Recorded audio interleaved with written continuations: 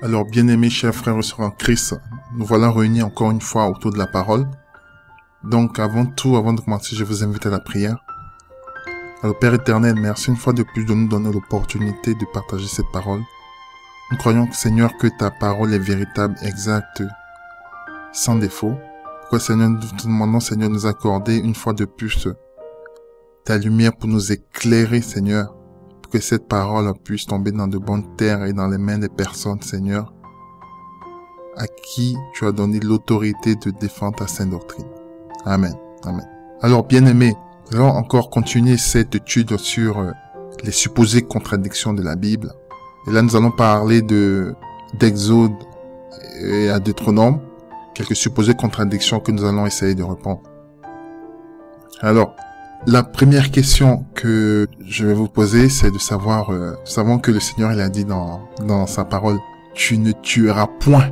Alors, on peut se demander pourquoi est-ce que David a tué Goliath? Pourquoi est-ce que les Cananéens ont été tués?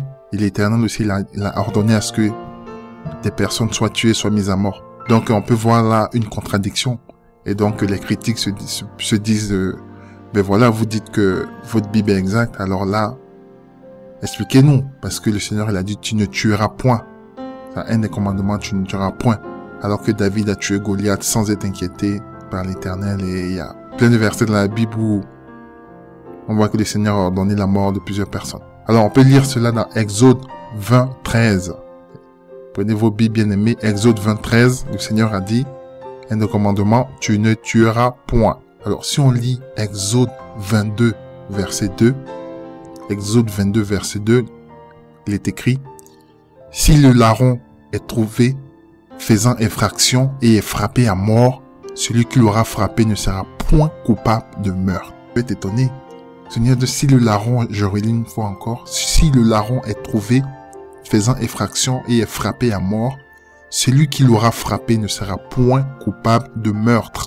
On va prendre bien aimé Lévitique 24, verset 15 à 16. Lévitique 24, verset 15 à 16. Vérifiez dans vos Bibles bien-aimés. Lévitique 24, verset 15 à 16 qui dit, « Parle aux enfants d'Israël et dis-leur, quiconque maudira son Dieu portera la peine de son péché. Et celui qui blasphémera le nom de l'Éternel sera puni de mort. Toute l'assemblée le lapidera. Aussi bien l'étranger que celui qui est né au pays, quand il blasphémera le nom de l'Éternel, il sera mis à mort. » Lévitique 24, verset 17. Si on prend Lévitique 24, verset 17. Celui qui frappera mortellement un homme, quel qu'il soit, sera puni de mort. Celui qui frappera mortellement un homme, quel qu'il soit, sera puni de mort. Si on prend 1 Samuel 17, verset 50. 1 Samuel 17, verset 50. La parole nous dit, « Ainsi David, avec une fronde et une pierre, fut plus fort que le Philistin, et il frappa le Philistin et le fit mourir. Et David n'avait point d'épée en sa main. » Alors, bien aimé, lorsqu'on lit ces versets, on peut se dire que évidemment il y a une contradiction, puisque le Seigneur, dans sa parole, il nous dit dans Exode 20, 13, « Tu ne tueras point. » Et plus tard, tous ces versets que je viens de vous lire, on vient de voir que le Seigneur avait ordonné à ce que les gens soient mis à mort. Donc on peut se dire, il y a quelque chose qui va pas. Donc comment est-ce que répondre à cela? Ce qu'il faut savoir, c'est qu'avant tout, il faut qu'on fasse la différence entre assassiner quelqu'un volontairement et donner la mort sous le couvert de la loi de l'Éternel. En effet, l'Éternel a évidemment interdit tout meurtre. Tout ce qui est meurtre, contre toute vie humaine, tout assassinat est purement interdit par la loi de l'Éternel. Lorsqu'il a dit « tu ne tueras point », c'est un assassinat. Tout ce qui est meurtre, assassinat est purement interdit. Cependant, accomplir une sentence en mettant à mort quelqu'un sous la loi et avec l'autorisation de l'Éternel, comme un acte de peine capitale, est autorisé par l'Éternel. Lorsque le Seigneur dit, par exemple, « je demanderai la vie de l'homme pour l'homme », cela veut dire, sous certaines conditions, donner la mort fut permis, comme en cas de légitime défense, de viol. On peut lire cela dans Exode 22, 2. Dieu, il a permis à son peuple de détruire les idolâtres, les blasphémateurs, lors de l'entrée dans la terre promise. Donc, lorsque les peuples vont entrer dans la terre promise, Dieu va donner il va permettre à son peuple de détruire, de tuer les idolâtres et les blasphémateurs. Tous ceux qui blasphèment le nom de l'Éternel sont mis à mort. Donc dans ces cas, en fait, c'est une loi divine que le Seigneur il a donné. C'était permis de tuer les peuples qui blasphémaient le nom de l'Éternel. Dans Exode 22, 2. Tous ces peuples qui blasphémaient le nom de l'Éternel étaient mis à mort. Dieu avait autorisé cela. Donc en fait, c'était comme s'il y avait une loi capitale. Donc il faut pas confondre le meurtre et la mise à mort sous la loi de l'Éternel. Quelqu'un qui, par exemple, qui tue quelqu'un dans la rue, qui fait n'importe quoi dans la rue, cette personne sera condamnée. Cette personne sera condamnée car c'était interdit c'était un assassinat, un meurtre, c'était complètement interdit. Cependant, sous la loi de l'Éternel, il y avait des sentences de mise à mort comme œil pour œil. Donc pourtant, il y avait des sentences de mise à mort qui étaient autorisées, c'est-à-dire la peine capitale qui était autorisée sous la loi de l'Éternel. Tous ceux qui avaient enfreint la loi de l'Éternel et qui avaient blasphémé le nom de l'Éternel étaient mis à mort sous le couvert de l'Éternel. Donc dans ce cas, il y avait évidemment pas de contradiction. Il faut bien faire la différence entre ces deux parties. Bon, si on prend le cas de David et Goliath, on sait que Goliath, il a blasphémé le nom de l'Éternel. C'était un idolâtre comme les Cananéens. Goliath a blasphémé le nom de l'Éternel. Il a traité les enfants de l'Éternel comme moins de rien. Il a blasphémé le nom de l'Éternel. Et donc, dans ce cas, David a utilisé le nom de l'Éternel.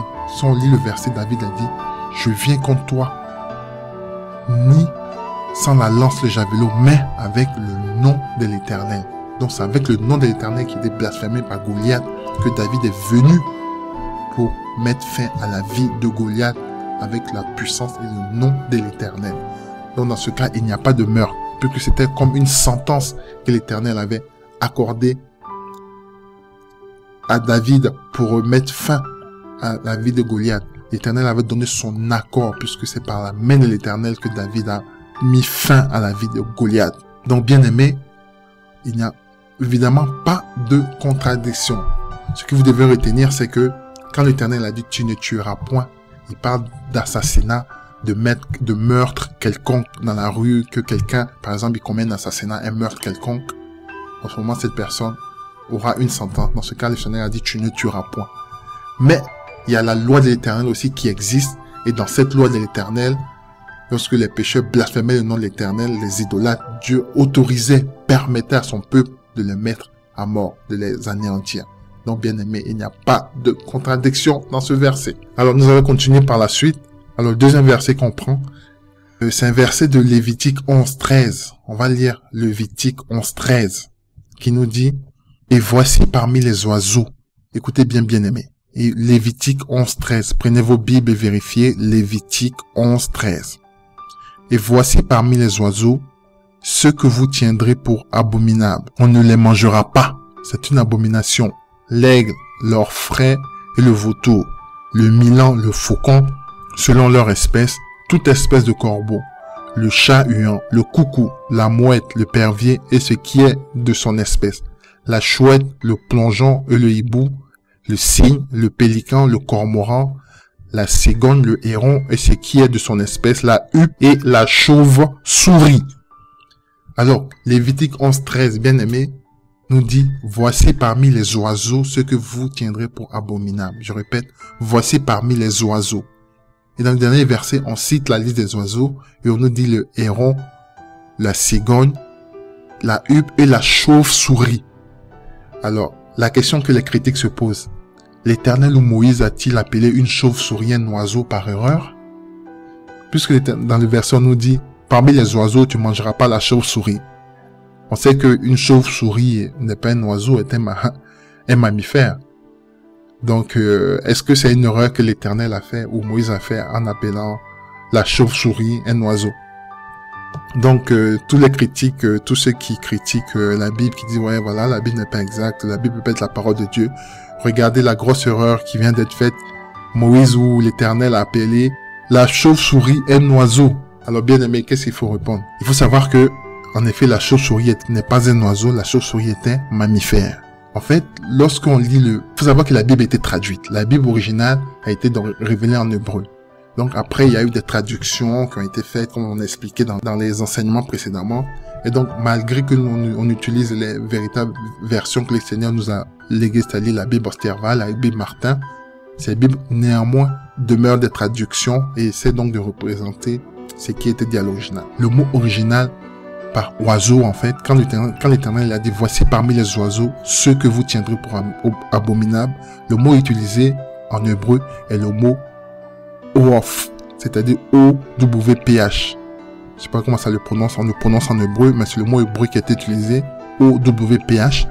Et ce mot signifie volant ou qui a des ailes. Volant ou qui a des ailes.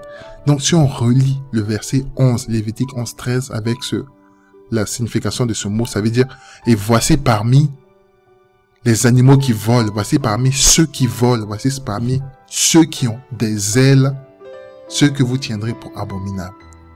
Donc, en effet, la chauve-souris a bien des ailes, donc il n'y a pas d'erreur dans ce verset. Ce verset était mal traduit par oiseau.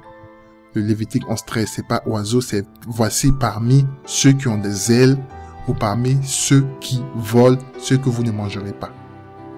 Donc, si on traduit par le vrai mot off, on remarque que la chauve-souris a bien sa place ici, puisqu'on sait que la chauve-souris a des ailes et elle vole.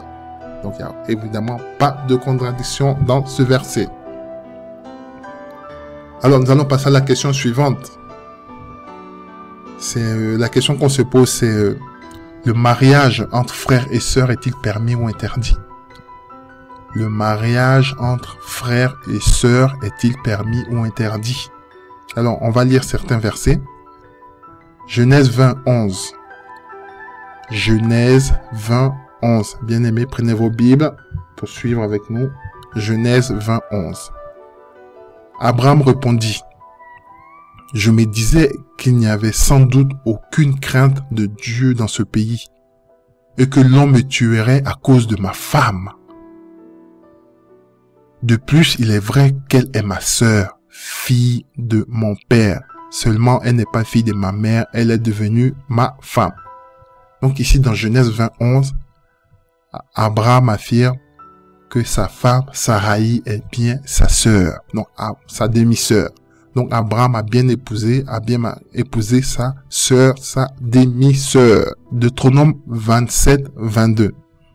Si on lit Deutéronome 27, 22, c'est écrit « Maudit soit celui qui couche avec sa sœur, fille de son père, ou fille de sa mère. » Et tout le peuple dira « Amen. » Je répète, Deutéronome 27, 22. Maudit soit, l'Éternel dit, maudit soit celui qui couche avec sa sœur, fille de son père ou fille de sa mère. Et tout le peuple dira Amen. Alors, bien aimé, on voit bien qu'il y a une contradiction flagrante que les critiques vont faire sortir. Voilà, la Bible dit maudit soit quiconque couche avec sa sœur ou son frère. Alors qu'on voit que Abraham a épousé sa demi-sœur. Donc, il y a un problème qui ne va pas. Alors, bien aimé, ce qu'il faut répondre, pour cela, on va revenir au début de la création, aux origines de la création. Dieu avait donné l'ordre à Adam et Ève de remplir la terre et de se multiplier. On sait que Adam et Ève étaient les premiers humains que Dieu avait créés, les premiers humains. Donc, c'est Adam et Ève qui avaient cette mission de remplir et de se multiplier sur la terre. On sait que tout ce que Dieu a créé est bon, y compris les gènes d'Adam et Ève qui vivaient dans la présence de Dieu avant la chute. C'est-à-dire les gènes, tout ce qui était génétique, ADN, tout ça. Ils étaient parfaits, les gènes d'Adam et Ève, parce qu'ils étaient dans la présence de Dieu avant la chute. Ève, faut comprendre bien aimé que Ève est la mère de tout être humain vivant sur la terre. Ève, c'est la mère de tout être humain. On va lire Genèse 1, 31. Genèse 1, 31 dit, « Et Dieu vit tout ce qu'il avait fait. Et voici, c'était très bon. Il y eut un soir et il y eut un matin. Ce fut le 6e jour. Ainsi furent achevés les cieux et la terre et toute leur armée. » Donc le verset de Genèse 1, 31 nous dit, bien aimé, que Dieu dit que tout ce qu'il avait créé, c'était très bon, très très bon. quand Dieu a observé toute sa créature, tout ce qu'il avait fait, il a dit c'était très bon. Ce fut le 6e jour. Donc, Adam et Ève, leur gène n'était pas pollué. Je fais une petite parenthèse. De nos jours, par exemple, si par exemple quelqu'un épouse sa sœur, faut savoir qu'ils ont des mêmes gènes, donc leur enfant a plus de chances de porter des maladies juste avec plus de déformations. Si un gène, comment expliquer, si un gène est défectueux, par exemple, en général, c'est des frères et sœurs qui peuvent avoir les mêmes gènes défectueux, la même lignée. Donc, si un frère épouse une sœur de nos jours, sachant qu'ils sont malades, ils ont des gènes défectueux, l'enfant a de très très fortes chances d'avoir ces gènes défectueux et d'être, par exemple, malade, trisomique ou avoir... Alors, contrairement à Adam, au cas d'Adam et Ève, il faut savoir que Dieu dit tout ce qu'il a fait était bon. Donc, ça veut dire Adam et Ève étaient en pleine santé, en très bonne santé. Ils avaient aucun gène, rien n'était défectueux. Les gènes d'Adam et Ève étaient solides, en bonne santé, car il y avait la présence de Dieu. Ils étaient dans la gloire, vivaient dans la présence de Dieu avant la chute. Donc, après la chute, qu'est-ce qui s'est passé? Après la chute, les gènes d'Adam et Ève étant tellement purs que les mariages consanguins ne posaient aucun problème. Puisque lorsque Dieu a commencé à se retirer d'Adam et Ève, il y avait encore tellement sa gloire, la présence de Dieu, que les gènes étaient encore purs. Parce que c'était purement dans la main de Dieu. Il fallait du temps. Il fallait du temps pour que ces gènes commencent à devenir défectueux, pour que les gènes commencent à devenir malades. Il faut savoir que Dieu avait également permis cela. Le mariage entre frères et sœurs, par exemple, au temps d'Adam et Ève, pour le peuplement de la terre, parce qu'ils étaient que ça. La Bible nous dit que Adam, il a vécu près de 900 ans.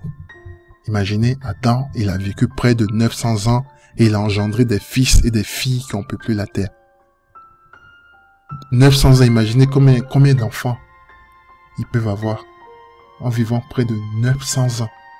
Avant, les hommes d'avant, ils vivaient énormément de temps. Donc, Adam, il a vécu près de 900 ans. Donc, il avait énormément de fils et de filles. La Bible ne dit pas combien, mais la Bible nous dit qu'il avait beaucoup de fils et de filles. On va lire cela dans Genèse 5, 4. Les jours d'Adam, après la naissance de Seth, furent de 800 ans.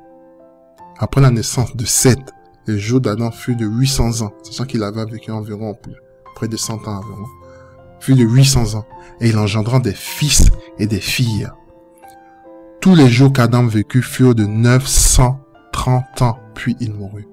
Imaginez, Adam est mort à l'an de 930 ans. Donc il avait engendré des fils et des filles qui se sont mariés entre eux et qui ont peuplé la terre. C'est d'ailleurs Caïn qui a trouvé une de ses femmes, qui a épousé sûrement une de ses sœurs. Lorsque, comme je vous expliquais, les gènes en ce moment ne posaient aucun problème, les gènes d'Adam et Ève étaient tellement purs, il n'y avait pas de gènes dégénérescents, il n'y avait pas de problème de maladie, tout ça, il n'y avait rien. Puisque avant la mort, avant que le péché n'arrive sur la terre, avant que Adam et Ève, la Bible nous dit, le péché est entré par Adam et Ève, par le péché d'Adam, par ce péché que la mort est entrée sur la terre. Donc avant, il n'y avait pas de mort. Donc les gènes étaient parfaits. Les gènes étaient sans défaut. Donc Dieu avait autorisé le mariage entre frères et sœurs pour peupler la terre. Et donc lorsque Adam et Ève ont péché, la présence de Dieu était encore palpable, était encore présente.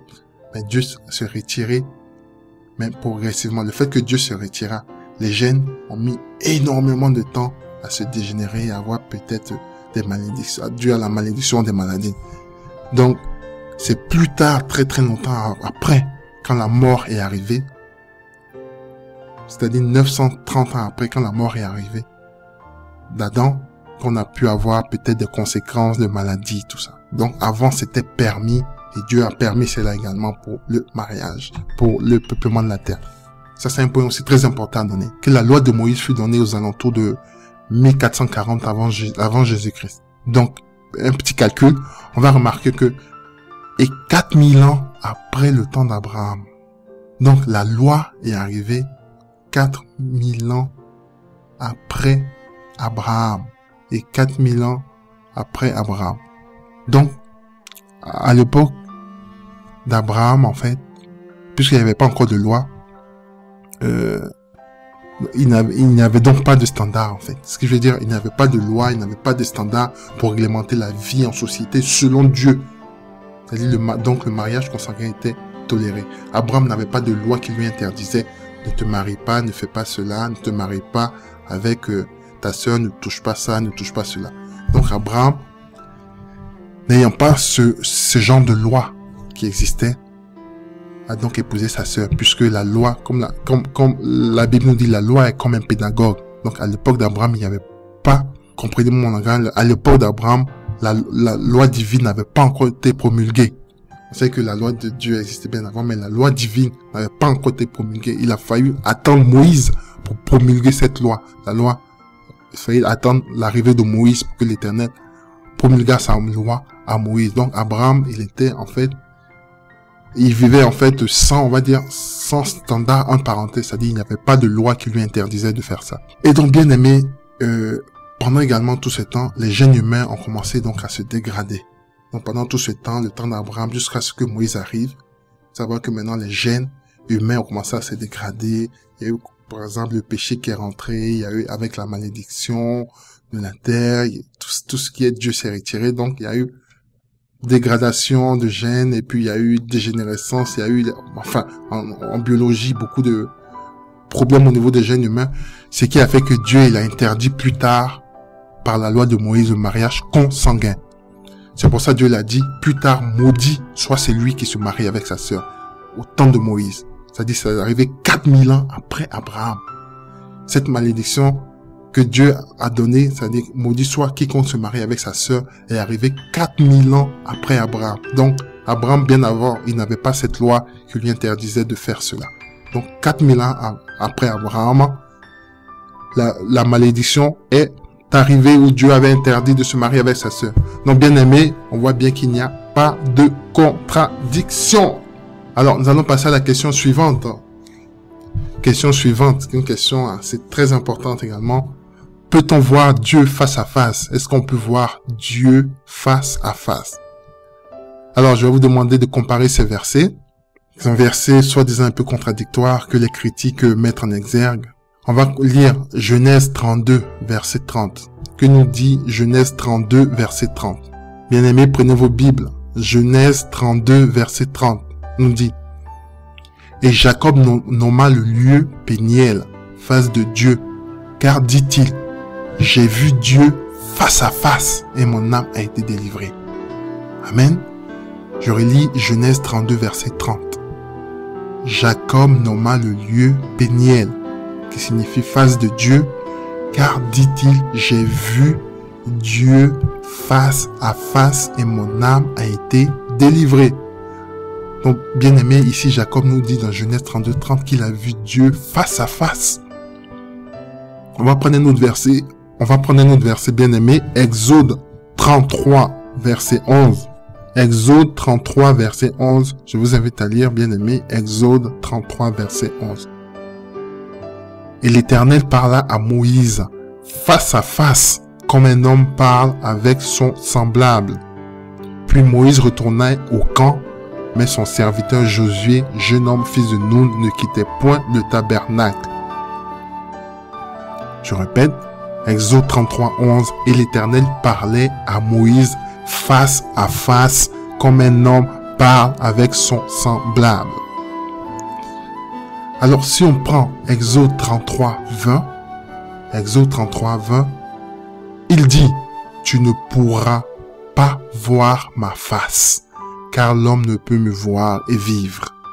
Tu ne pourras pas voir ma face, car l'homme ne peut me voir et vivre. Si on prend Jean 1,18, Jean 1,18 dit, personne n'a jamais vu Dieu. Jean 1,18, personne n'a jamais vu Dieu. Le Fils unique qui est dans le sein du Père est celui qui l'a fait connaître. Le Fils unique qui est dans le sein du Père est celui qui l'a fait connaître. Un dernier verset, 1 Jean 4, verset 12. Bien-aimés, prenez votre Bible. 1 Jean 4, verset 12. Personne n'a jamais vu Dieu. Si nous l'aimons les uns, si nous nous aimons les uns les autres, Dieu demeure en nous et son amour est accompli en nous. Et Jean 4, 12 nous dit, personne n'a jamais vu Dieu. Alors, bien aimé, si on compare avec les versets que je vous ai donnés tout à l'heure, Genèse 32, 30 qui nous dit, Jacob disait, j'ai vu Dieu face à face. J'ai vu Dieu face à face. Et Exode 33, 11, l'Éternel parla à Moïse face à face comme un homme parle avec son semblable. Alors, on peut dire qu'il y a une contradiction. Et donc, là, tous les critiques sont tout contents. Ils nous disent, oh, voilà votre Bible, ce que votre Bible se contredit. La Bible dit d'un côté, personne n'a jamais vu Dieu. On peut pas voir Dieu, on peut pas voir la face de Dieu, personne n'a jamais vu Dieu. Tu pourras pas voir, Dieu a dit à Moïse, tu pourras pas voir ma face et vivre. Alors que précédemment, la Bible dit, l'Éternel parla à Moïse face à face, comme un homme parle avec son semblable. Et après, on nous dit, tu ne pourras pas voir ma face et vivre. Alors, il y a une supposée contradiction ici, bien aimé. Alors, qu'est-ce qu'il faut répondre?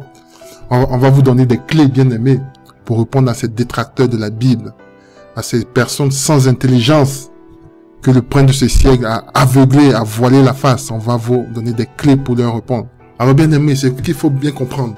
Moïse et Jacob ont bel et bien vu Dieu, comme les versets plus haut le spirit. C'est-à-dire comme les versets qu'on a lus tout à l'heure, Genèse 32, 30 et Exode 33, 11 qui dit Moïse parla à Dieu face à face, et Jacob aussi qui dit j'ai vu Dieu face à face. Oui, bien aimé, ces personnes ont bel et bien vu Dieu face à face. Ce qu'il faut comprendre, c'est que Dieu est esprit. Dieu est esprit. Et qu'on ne peut le voir avec nos yeux charnels. On ne peut pas voir Dieu avec nos yeux charnels, car Dieu est esprit. Lorsque Moïse dit j'ai vu Dieu face à face, et lorsque Jacob dit j'ai vu Dieu face à face, c'est sa représentation physique, c'est-à-dire Jésus-Christ qui est Dieu fait chair qu'ils ont vu. Donc en fait, Moïse et Jacob ont vu Jésus-Christ. C'est Jésus qui existait avant le temps de la grâce, avant que Jésus soit manifeste, soit né sur la terre. Jésus a pris cette forme humaine, et c'est Jésus-Christ que Moïse a vu, et c'est Jésus-Christ que Jacob a vu.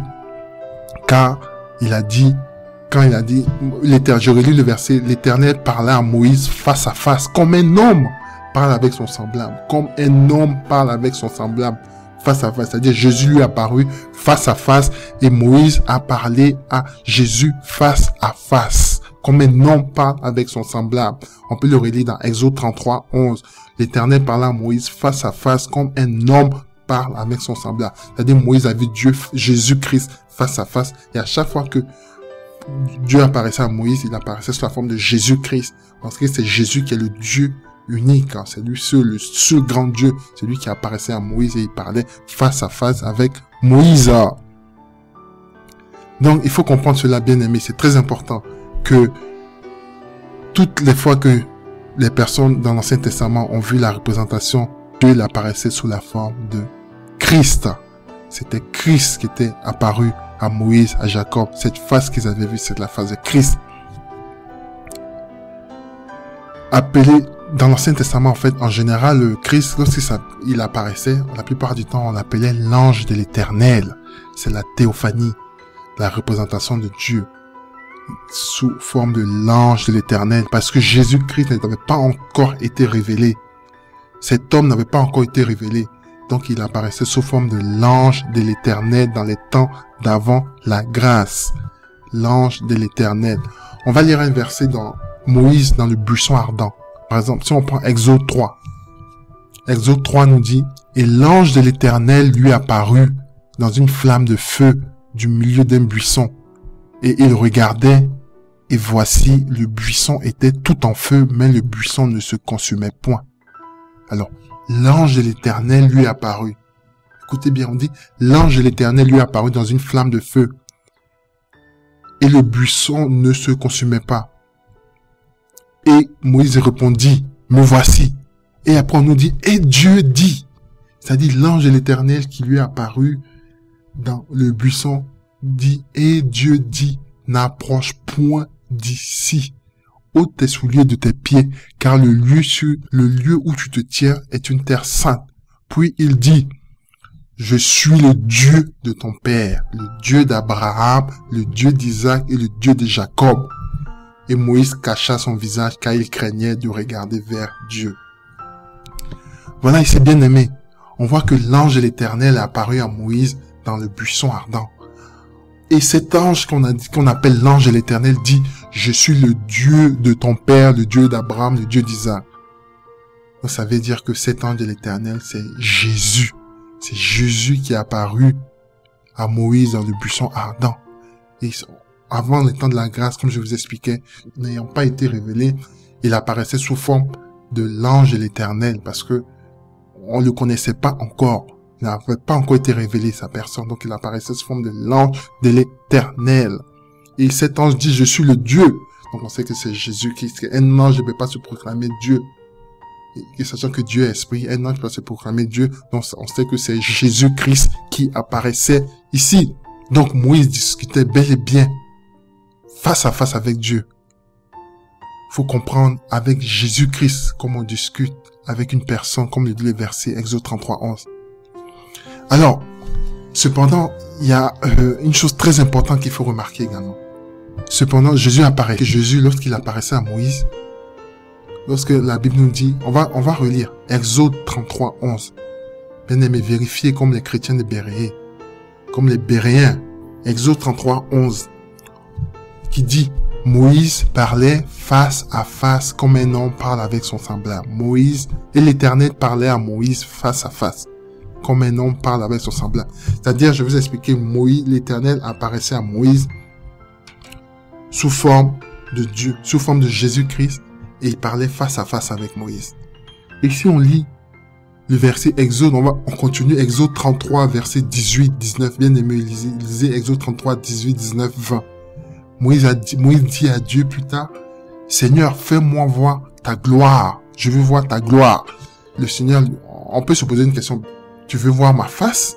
Tu me vois déjà face à face. Pourquoi est-ce que tu demandes encore à me voir? Alors, ce qu'il faut comprendre, c'est que lorsque lorsque Christ apparaissait à Moïse, il faut comprendre que lorsque l'Éternel, Jésus-Christ, apparaissait à Moïse, il apparaissait de manière humble, dépourvu de gloire. Car lorsque Jésus a vécu sur la terre, il était vu par tous ses proches, toutes les personnes, humblement, de manière simple et dépourvue de gloire. Christ a grandi sur la terre de manière très simple et dépourvue de gloire. Cette apparition humble, sans gloire, il était dépourvu de sa gloire. Parce que Dieu ne peut pas nous apparaître dans toute sa gloire sous la forme humaine. Donc Moïse, qu'est-ce qu'il a dit? Il a dit, Seigneur, fais-moi voir ta gloire. Fais-moi voir ta gloire. Je veux voir ta gloire. Je te vois de manière humble. Comme ça, de manière vraiment humble. Tu m'apparais, mais non, ça ne me suffit pas. Je veux voir ta gloire. Je veux voir ta face, je veux voir ta gloire. Et qu'est-ce que le Seigneur a répondu? Exode 33, 20. Moïse, il discutait déjà avec Dieu face à face. Et encore, il demande à voir à Dieu dans toute sa gloire. Il veut voir Christ dans toute sa gloire. Car le Christ qu'il voyait était un Christ humble, dépourvu de gloire, comme le Christ qui était venu sur la terre, qui est apparu à plusieurs personnes, dépourvu de sa gloire. Mais ici, Moïse demande à Christ, fais-moi voir ta face dans toute ta gloire. Je vais te voir dans toute ta gloire. Ce qui n'était pas le cas précédemment lorsqu'il discutait avec Dieu face à face. Christ était, bien aimé, je répète encore, dépourvu de gloire pour que vous compreniez. Et Dieu lui a répondu. Jésus lui a répondu, nul ne peut voir ma face, c'est-à-dire nul ne peut me voir dans toute ma gloire et vivre. En gros, il faut comprendre que non, l'on ne peut pas voir la face glorieuse de Dieu, la face glorieuse de Christ avec les yeux charnels qu'on a et vivre encore sur cette terre. On ne peut pas voir la face glorieuse de Christ en étant sur cette terre, vivre sur cette terre. L'être humain est limité. Donc, avec les yeux charnels qu'on a, on peut pas voir Dieu dans toute sa gloire. Or, Dieu, il est en dehors du temps et il est en dehors de l'espace. Dieu, il voit le temps, le passé, le présent et le futur en une seule fois. Il est en dehors de notre perception physique. Donc, on peut pas le voir dans toute sa gloire. Ce qu'il représente, lorsqu'il nous apparaît sur la terre, il est obligé de prendre une certaine forme pour qu'on puisse le voir. Peut-être plus tard, l'objet d'un autre enseignement. On va se limiter à ça parce que ça peut être un peu compliqué à comprendre. Ce qu'il faut comprendre, c'est que nous, en tant qu'êtres humains, nous sommes limités au niveau visuel, au niveau... Oui, c'est-à-dire, par exemple, les scientifiques... Alors, je vais prendre un exemple tout simple. Au niveau de la gamme des couleurs. Vous savez qu'il y a l'infrarouge, l'ultraviolet, et puis il y a la gamme de couleurs qui sont visibles. C'est-à-dire, avec notre œil humain, on peut voir que une certaine gamme de couleurs visibles qui va des couleurs de l'arc-en-ciel, tout ça, on peut voir une certaine gamme de couleurs visibles. Mais on peut pas voir des couleurs de l'infrarouge et des couleurs de l'ultraviolet. On n'arrive pas à voir ces genres de couleurs. On voit que la gamme visible à l'œil nu. Donc il y a une certaine perception de couleurs qu'on peut pas voir. Lorsque Corinthiens, Paul a été ravi en esprit, il a dit il a entendu des choses, des paroles, des voix, des sons qui n'est pas permis de décrire, qui n'arrive pas à décrire, à expliquer. Parce qu'avec la perception qu'on a, on peut pas voir ce genre de trucs. Tout ça pour vous dire que Dieu, il est immensément glorieux. Qu'on peut pas voir Dieu dans toute sa gloire sur la terre. C'est pour ça que le Seigneur, il a dit à Moïse, tu peux pas me voir dans toute ma gloire et vivre encore sur cette terre. Car personne ne peut voir Dieu dans toute sa gloire avec les yeux charnels. Il faut avoir des yeux de l'esprit pour voir Dieu dans toute sa gloire. Lorsque Jean était ravi en esprit dans l'Apocalypse, c'est avec des yeux de l'esprit que Jean a vu Jésus. Jésus glorieux, avec le soleil, la tête qui brillait, les yeux comme le soleil, le visage. Il a vu Jésus glorieux. Je vais revenir à mon sujet parce que je sors un peu. Il a dit au Seigneur, fais-moi voir ta face glorieuse. On a dit que précédemment que Moïse avait vu Dieu, mais il parlait à Jésus face à face déjà. Mais ce Jésus qui parlait, c'était un Jésus humble qui avait pris une forme humble, qui était apparu de manière, on va dire, charnelle, de manière humble, dépourvu de sa gloire. Mais Moïse, il voulait voir Dieu dans toute sa gloire. C'est pour ça les versets qui disent non, que personne n'a jamais vu Dieu. Il faut comprendre que ça veut dire personne n'a jamais vu Dieu dans toute sa gloire. C'est-à-dire c'est le Fils unique qui est dans le sein du Père et c'est lui-là qui l'a fait connaître. C'est-à-dire c'est le Fils unique qui l'a fait connaître. C'est pour ça que Jésus est apparu sur la terre. Jésus est apparu, il a grandi de manière humble et c'est par ce Jésus qu'on connaît, on voit les attributs de Dieu. Sinon, personne ne peut voir Dieu dans toute sa gloire avec les yeux charnels qu'on a sur la terre, bien aimé aussi. Donc, il n'y a évidemment pas de contradiction dans ces versets. Alors, donc, on va passer à la dernière question pour cet enseignement. Le Dieu est-il un Dieu de guerre ou de paix? Dieu est-il un Dieu de guerre ou de paix? Alors, lorsqu'on lit Exode 15, 3, on nous dit l'Éternel est un vaillant guerrier. Son nom c'est l'Éternel. L'Éternel est un vaillant guerrier. Son nom c'est l'Éternel. Lorsqu'on lit Romains 15, 33, Romains 15, 33 nous dit que le Dieu de paix soit avec tous. Amen. Que le Dieu de paix soit avec tous. Amen. Donc on peut se poser la question, Dieu c'est un Dieu de paix dans Romains 15, 33. Après dans Romains 15, 33 on nous dit ouais c'est un guerrier, c'est un Dieu de guerre. Alors comment comprendre ça? Est-ce qu'il y a une contradiction? Alors bien aimé, ce qu'il faut comprendre c'est que Dieu est un Dieu à plusieurs facettes et il se révèle sous différents aspects selon les périodes de temps dans lesquelles on se trouve afin d'apporter la paix à son peuple. Il faut souvent mener de grandes batailles. Souvent, afin d'amener la paix à ton peuple, il faut mener de grandes batailles. Le terme Dieu de paix s'applique uniquement à son peuple. C'est-à-dire Dieu est un Dieu de paix pour tous ceux qui sont de son côté. C'est-à-dire, si vous êtes avec l'Éternel, qui sera contre vous? Qui pourra être contre vous? Si Dieu est avec vous. Donc, le terme Dieu de paix, Dieu il apporte la paix uniquement à tous ceux qui sont de son côté. Cependant, c'est un Dieu de guerre contre le péché et la mort. Dieu il est en guerre contre le péché et la mort. Il faut savoir que plus tard, il y aura une paix éternelle dans le millénium et lors de l'avènement de son royaume. Cependant, le Dieu de guerre est en guerre contre le monde des ténèbres, le péché et la rébellion. Donc, bien aimé, il n'y a pas de contradiction. Les peuples exterminés dans l'Exode étaient par exemple en abomination à l'Éternel, car l'Éternel est un Dieu de guerre. Tout ce que tu as exterminé dans l'Exode sont les peuples qui sont en abomination à l'Éternel. Ésaïe 48, 22 nous dit, Ésaïe 48, 22 nous dit, il n'y a point de paix pour les méchants, a dit l'Éternel. Il n'y a point de paix pour les méchants. Cependant, la paix promise à son peuple n'exclut pas les difficultés, ni la souffrance, ni la persécution. La paix promise à son peuple n'exclut pas les difficultés, ni la souffrance, ni la persécution. Alors bien aimé, évidemment pas de contradiction. Dieu, c'est un Dieu à plusieurs facettes. Il peut être un Dieu de paix, il peut être un Dieu de guerre.